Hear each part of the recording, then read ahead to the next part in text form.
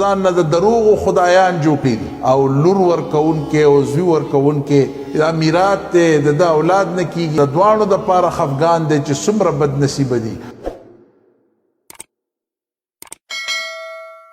بعضې خلق ناست دي او هغوی ځان نه د خدایۍ یو تصور جوړ کړی دی. دنیا جهان زنانه ماشومان دا ټول هغوی ته ځي او ځي د هغوی سره دا امیدونه تړي دی به ماله بچی راکوي، دی به ماله اولاد راکوي، په هغې باندې څومره لوی وسایل دي او دا دنیا ځي. الله وی یهب لمن یشاء اناسا ویهب لمن یشاء الذکور او یزوجهم ذکرانا و اناسا ویجعل من یشاء عقیما. عزیزان محترم، دا خوخه د الله رب العالمین. الله درته وی انسان چا پسې ګرځي؟ ته په دې خلکو پسې ګرځې چې کومو خلکو ځان نه د دروغو خدایان جوړ کړي دي. ته د انسان د تخلیق د انسان د پیدایش امید د غیر الله نه تړي او الله درته وی مچ نشي پیدا کولی. مچ چې ته څه وتښتوي په هغې قادر نه دي چې هغه ته واپس کړي.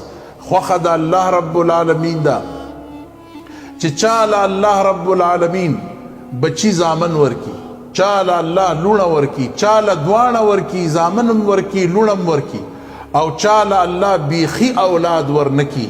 الله رب العالمین په دې قادر دی اولاد ورکوونکې او اخستونکې او لور ورکوونکې او زوی ورکوونکې.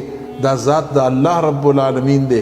تاسو به زمونږ په معاشره کې خیال کړي بعضې زنانه چې یو ماشومه واده شي په یو کور کې، نو زوی چې نه کېږي نو ټول اسخرګنې هغه پسې شي.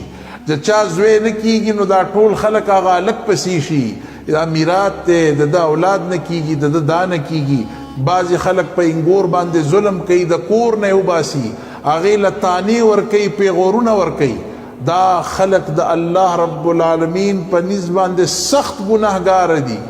دا ټول خلق دی الله ته توبه وکړي چې کم خلق چاله پیغور په دې باندې ورکوي. ته په داسې خبره پیغور ورکوي چې کم شیز د چا په اختیار کې نشته. ته چې خپلې لور له او انګور له پیغور ورکوي چې زوی دې ولې نه کېږي ماشوم، آیا دا د چا په اختیار کې دي چې هغه به پلار هغه به زوی پیدا کړي؟ د پلار په اختیار کې دي یا د مور په اختیار کې دي چې هغه به وایي چې زما د زوی پیدا شي او زما د لور پیدا شي؟